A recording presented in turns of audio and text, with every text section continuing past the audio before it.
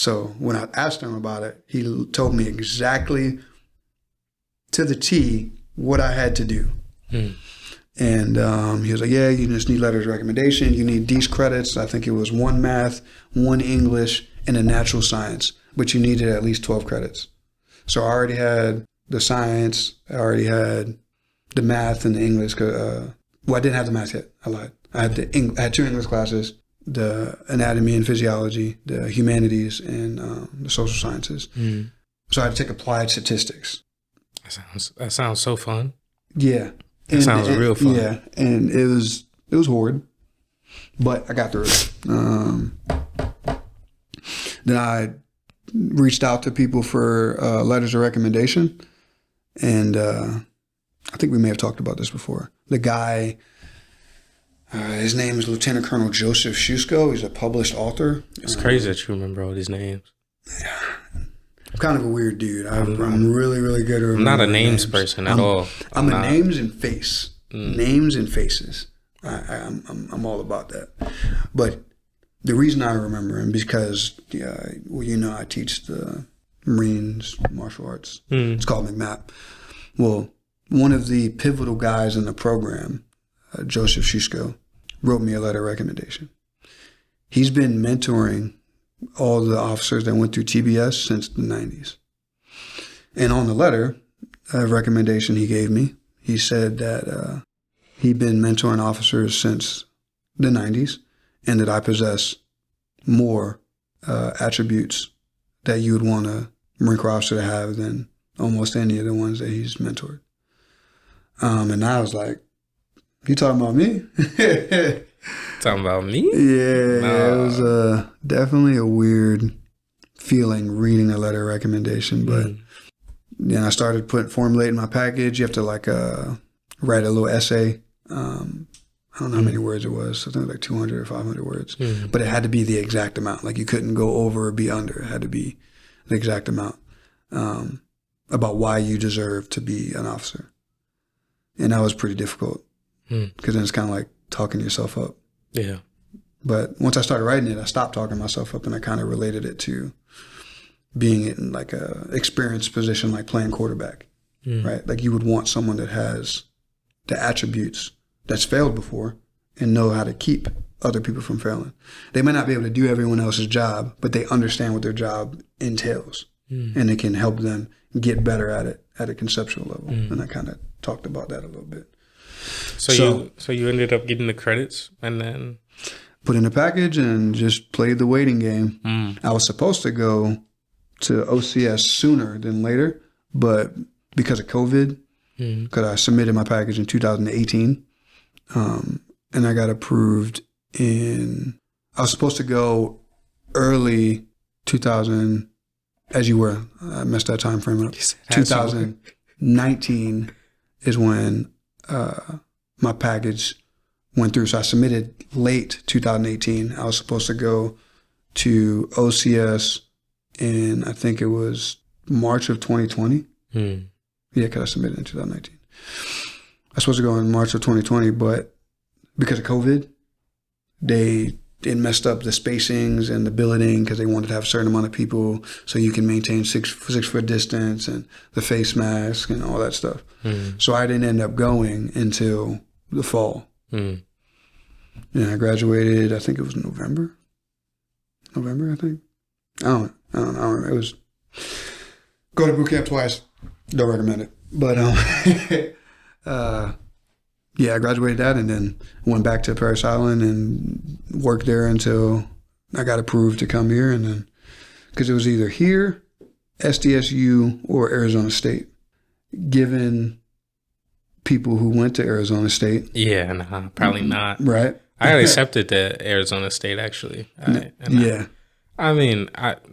I would have accepted. The campus looked okay. You know who I'm talking about, right? Yeah, I know what you're talking about. But I just waited. I just waited. Nah, man, I definitely wouldn't want to be in that type of situation with those kind of people. Yeah. But Arizona State was on the table. SDSU didn't even email me back. I didn't, and then USD, they didn't require me to take the SAT because I had over 24 credits. I think that was their minimum or something like that. But since I had over 24 credits, I didn't have to take the SAT. So, again, I'm definitely not trying to take that test. And I probably got a 2. It's not a terrible test. No, I'm good. You gotta remember, I've been out of school for a long time. Yeah. It's like, all high school stuff, algebra and stuff like that. I'm good. Nope. No, I'm not a mathematician by any means. No, I can barely count to 10. No, my ACT. I took the ACT. First time I took practice ones because my dad had me take practice ones, and I had like 30s and something like that. And then, and then it had me. They had me take it at school. I got a 24. I was like, bullshit. So I took it again. I got 32. Yeah. I was like, all right, cool. So I actually backtracking now, as you mentioned formal test. I had to retake the ASVAB to qualify for the. What'd you end up on the ASVAB? I got like, I think, an 80, 79, 78, 75, somewhere in that range. Because you need at least a 74. I know I got that. Your boy got a 92. Ooh. Yeah. Hey, look, y'all. My phone did not stop ringing. My phone. Oh yeah, they. My phone did not stop ringing. What they said? They sold your scores to a third party vendor. They had all the recruiters. I've never had all 4 branches. I was in Vegas at the time. All 4 branches were calling me. Yeah, well, that's because you're a hot commodity at that time. Hey, Mr. Johnson. Yeah. You got a 92 on the ASVAB, right? Yeah. So you ever think about joining the military? Yeah. It makes sense. It perfectly makes sense because then they don't got to worry about. Like then they can kind of put you in whatever job. Right. Yeah. And the thing was, I was at USD like even while they were calling me. So like they were calling me for 2 years straight.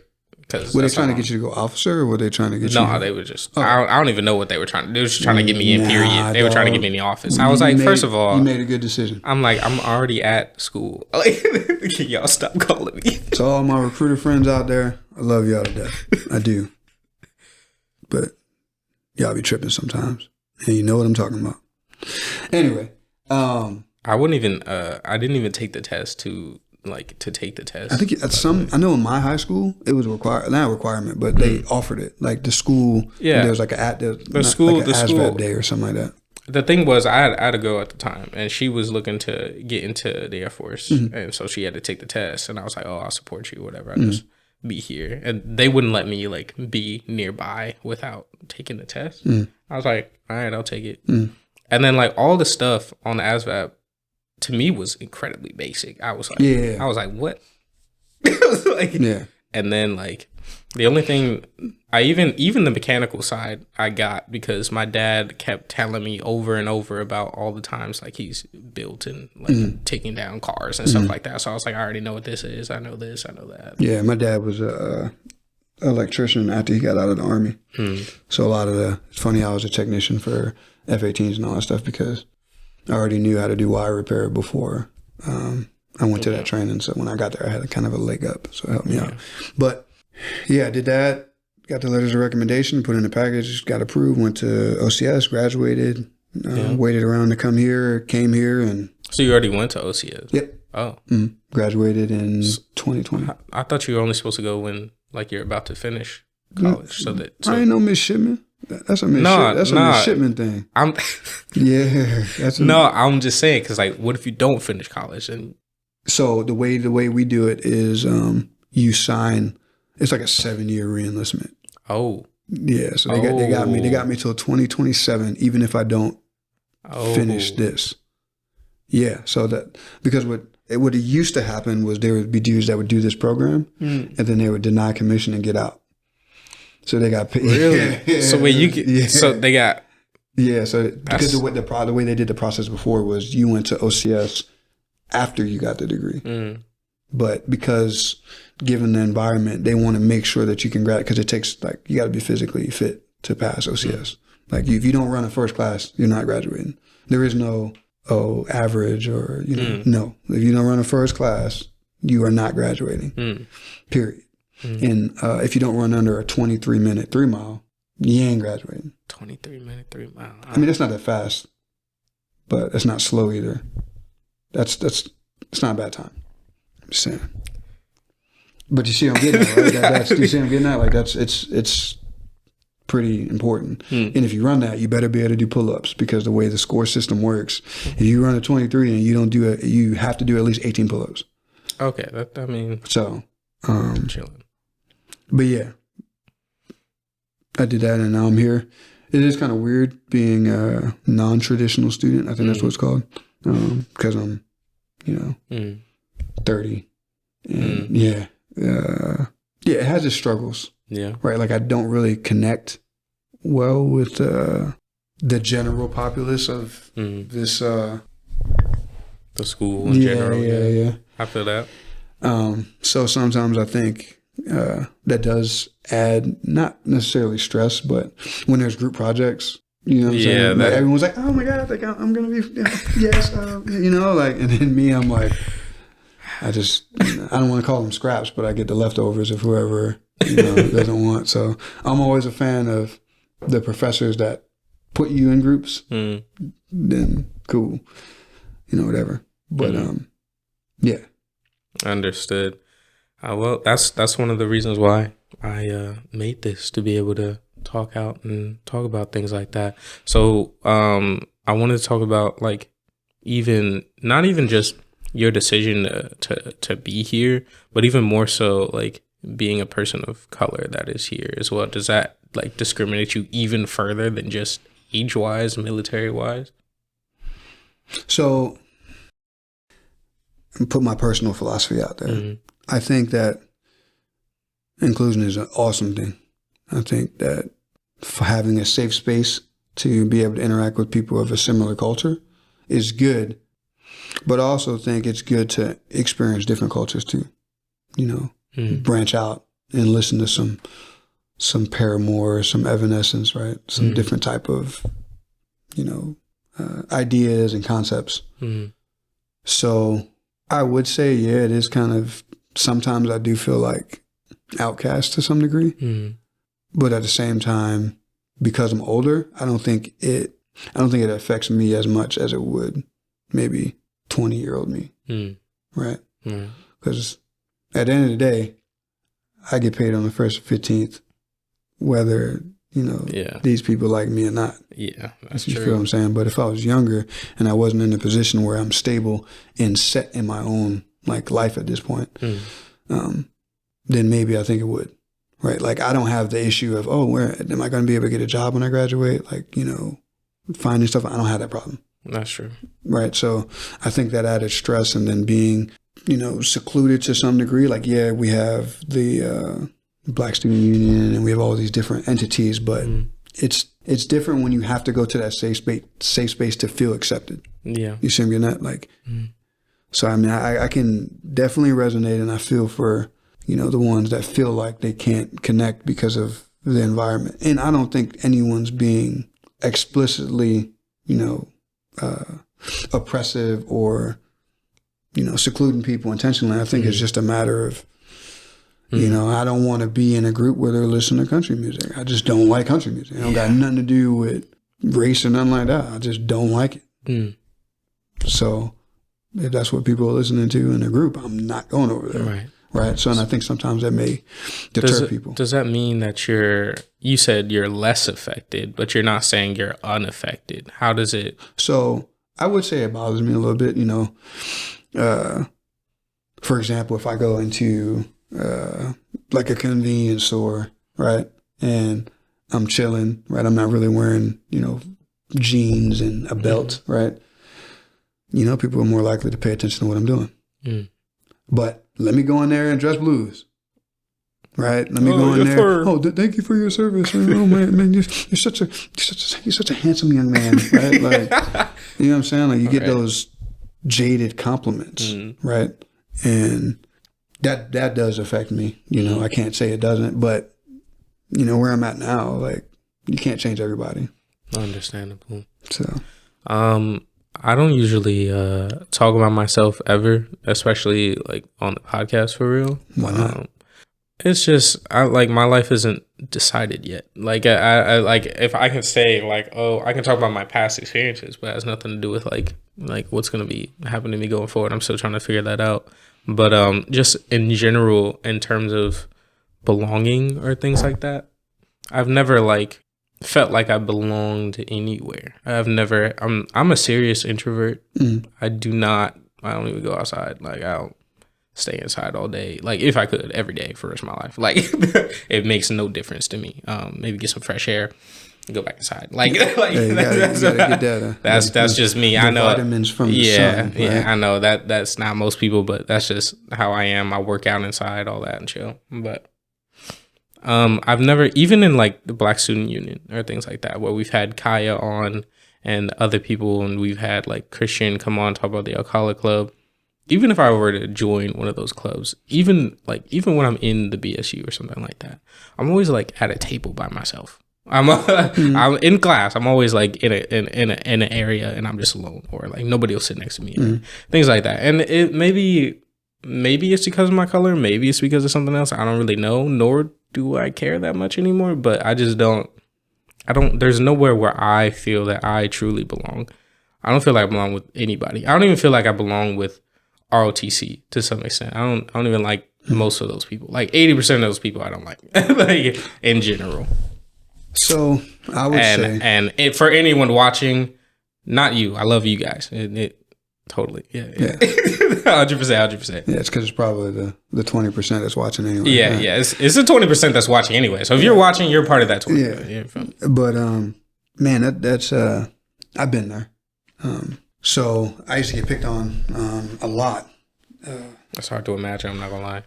Everyone says that. Oh man, I don't believe you got. Nah, I used to get. I'll show you pictures when we're done of me in middle school, and you'll be like, oh man, you're a completely different person. But yeah, man. So I used to get like picked on and like outcasts and stuff because when I went to Church Creek Elementary School, and that's a fair mix, but it was a predominantly white neighborhood. We'll just be transparent. So the way I spoke was a lot different when I went to Edgewood, black school, right? So I didn't really fit in with the culture because I didn't know the culture, right? Like my parents are black, but my dad wasn't listening to Tupac and Biggie, right? So I didn't really find any of that stuff out until about high school, So middle school was a rough transition because, my mom was still dressing me, right? I didn't really have, that type of persona. Head was the same size, right? And I weighed like maybe 150. I turned to sports, and sports definitely helped me because I was athletic. I was fast.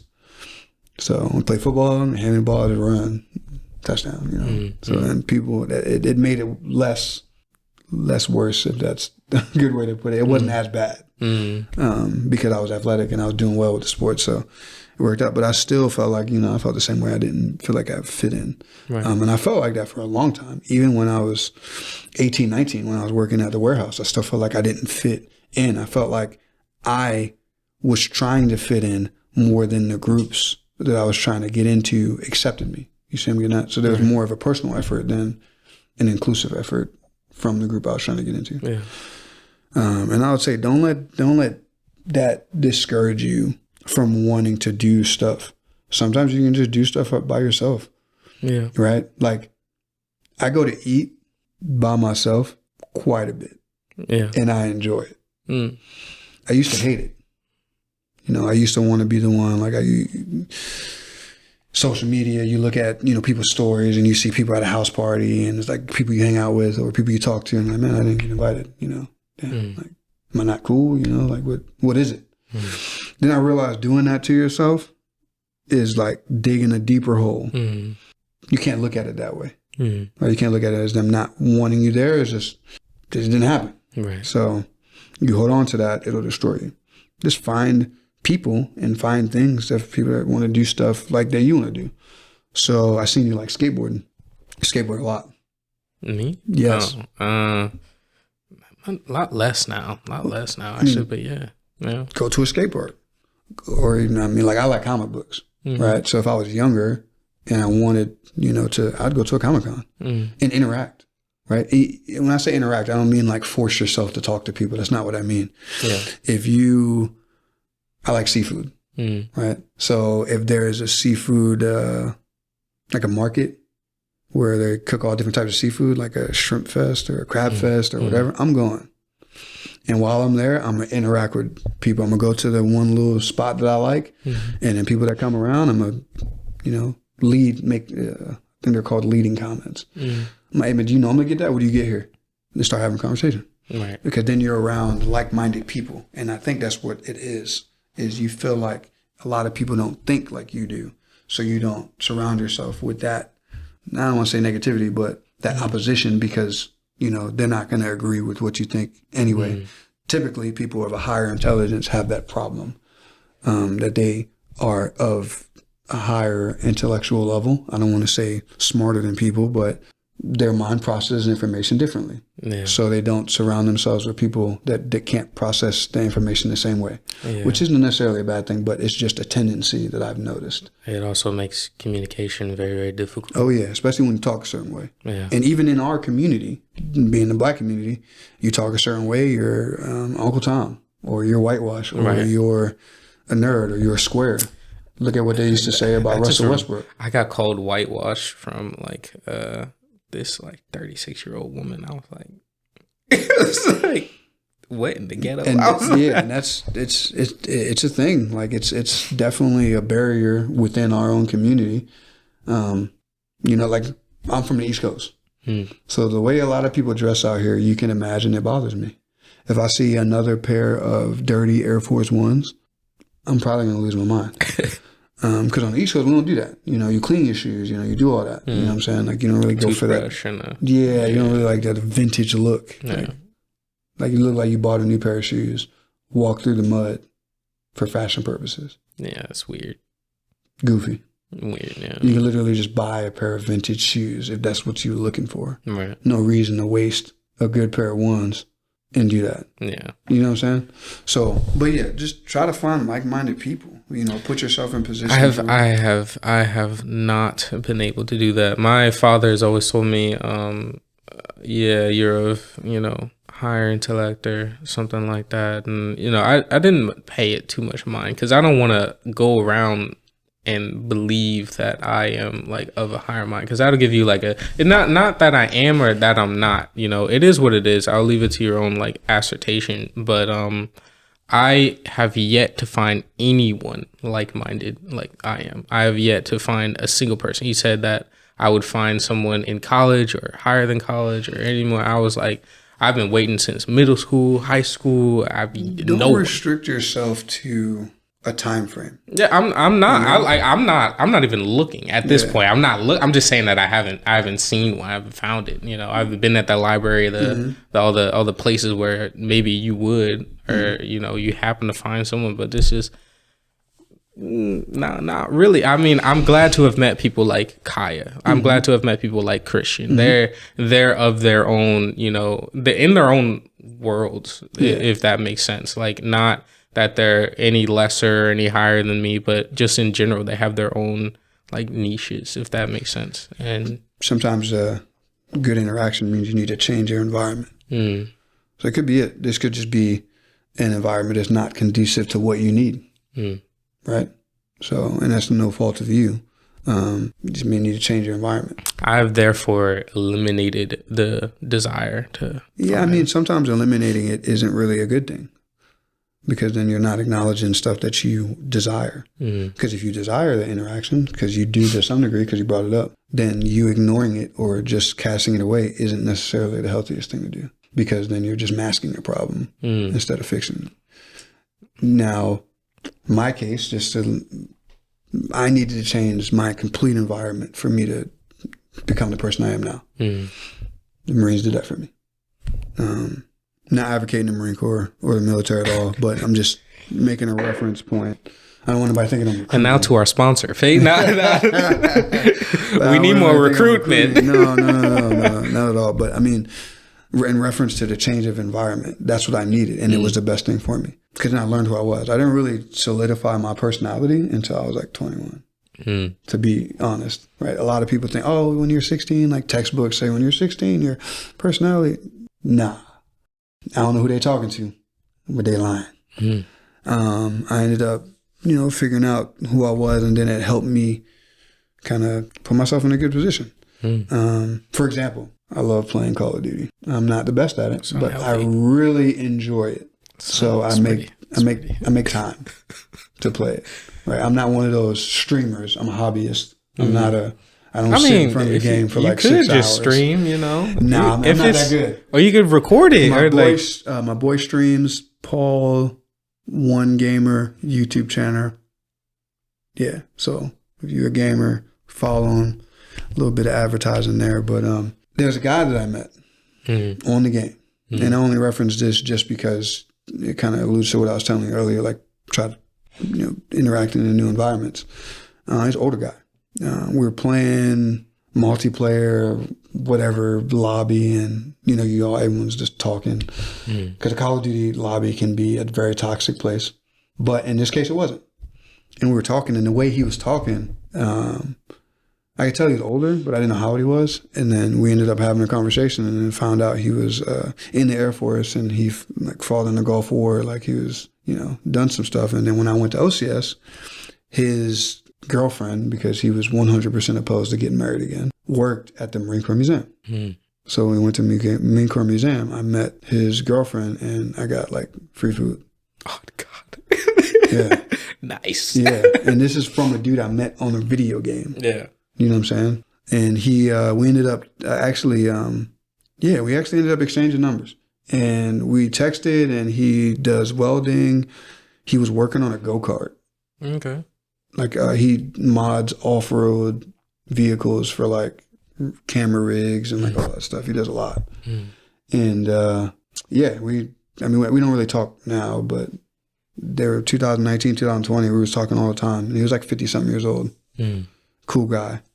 And we only had that interaction, and I remember it because it was meaningful. It was short-lived, but it was meaningful. And it was from a video game lobby. You know what I'm saying? So I say that is, if you feel like you're in an environment that's not really conducive to you, and you're not really like getting the social interaction that you want, try to put yourself in a new environment, and don't be afraid to venture out. Like go to a museum or something. You know what I'm saying? Like, just try it. You know what I'm saying? Or like November 10th this year, because it comes out November 10th, right? It comes out the 11th. It comes out the 11th? I read the 10th. The 11th. We're going to have to debate this later because I'm going to look it up. You can fact check me if you want to. Yeah. But I bought tickets already. I have the tickets. Well, so something like that. When you go to something like that interaction that you're going to get is going to be some of the most inclusive. BSU is actually giving out free tickets. I can hook you up with that. My man's. Because I'm going. Yeah. Not one homework assignment will be done that night. Bro, I'm going day. I'll send you the link. All you gotta do is sign up for it, and then I'll request an extension. Yeah. I think we all go at like 7:30 or something, and then it's gonna be out here because I don't live out here. Yeah, I'm pretty sure it'll be out here. So okay. But they like bought the whole theater, so like it'll be private for us. Oh, it's about to be lit. Yeah, it'll be pretty lit. It's gonna be lit. It'll be pretty lit. Yeah. So I might have to do Christian Welch is going, and I'm going. Yeah. So I wanted to finish off with my final question, which was, what advice do you have for older gentlemen or older women who have reached 30s, 40s, 50s, and they always they want to go back to college, right? But they don't want to at the same time because they feel like it's too late. Like, and in your life, you were like, yeah, I'll do it. Just like, why not? A lot of people don't have that mentality, especially older folk. Which, no offense to them, but like, there's a lot of them that do want to, but just don't have that drive. Is there any advice you can give them if they want to do college, but may not have the means, the want? Well, I'll give advice to the two categories. If they have the means to do it, motivation is only enough to get you up to the door. Consistency and committing to the goal is what gets you through the door and to the goal. So don't rely on motivation. That's the biggest advice I can give, is don't rely on that, because it'll go away. That applies to everything. Yeah, working out, everything. Motivation is only temporary. Commitment is what gets you through the door. So get out there and try it. And it might not be for you. And if it's not, then when you're finished, you just hang it up. If you don't have the means to, like financially, try to find maybe like a community college or something like that, and to try those classes, and then potentially transfer into a major university. That's what community colleges are for. That's 100% what they're for. They get your foot in the door and get your like feet wet with assignments and getting back in the groove of things, and then transfer to an actual college. And surround yourself with people that are willing to help you. Surround yourself with, most jobs now are really, really pushing for their community to get their education, because it helps people join the job. It helps with recruitment. So I think Amazon pays for some of their staff to go to college. Yeah, they do. So just do it. Try it. And if it's not for you, then don't put yourself through something that you don't want. Right. But just understand what you're going to have to give up to get that goal. Right. Absolutely. Well, I definitely want to thank you so much for being on. Appreciate all your life advice, all your stories, everything like that. I knew it would be a absolutely great and phenomenal experience. I'm sure everybody watching believes so as well. I know you got a lot of ROTC folk that's going to be watching this as well. My dad's watching. What's up, Pops? Really glad to have you on. And like we always do, we got a crown for you. For the Black Royalty Squad. Oh, man. This is you. This is nice. Oh yeah, it's got some weight to it too. Oh yeah, they all say that. It's not this wasn't no cheap crown. I can tell. Let me make sure it don't lean on my head or nothing like that. No, I always put it sideways. Look, I don't know if I got the noggin. I don't know if I got the noggin for that, because I feel like my neck is stiff right now. No, but thanks for being a part of Black Royalty. Oh, yeah. I'm gonna hit you with that Wakanda link, and then we go to do that. Oh yeah. But thank you so much, man. Yeah. All right. Peace out, y'all.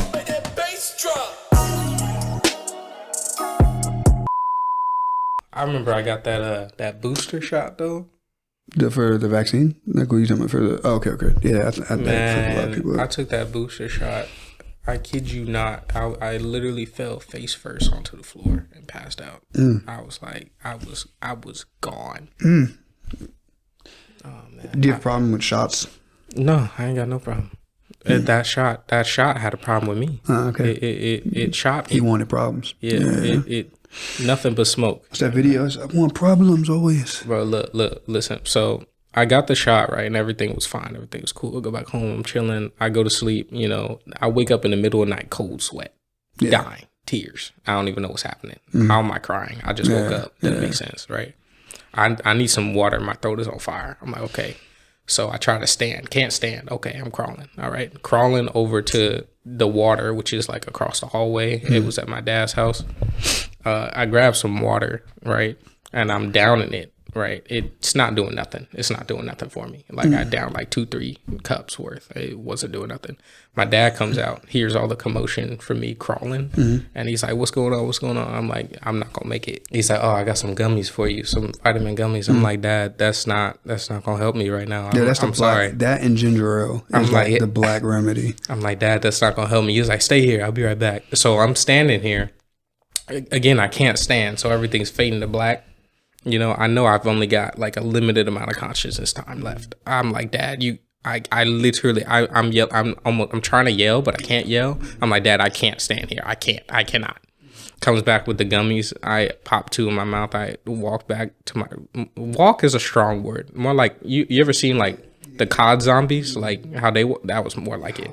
Yeah. And I was like grabbing the wall, make it back to my room. And, that's where you make the mistake of, relaxing because you made it. So I relaxed. My whole body fell forward, sleep on the floor. Face first, just sleep, gone. Struggle bus. I woke up. I didn't know what year it was, what time it was, nothing. It was a sad day. You good now? Sound like good.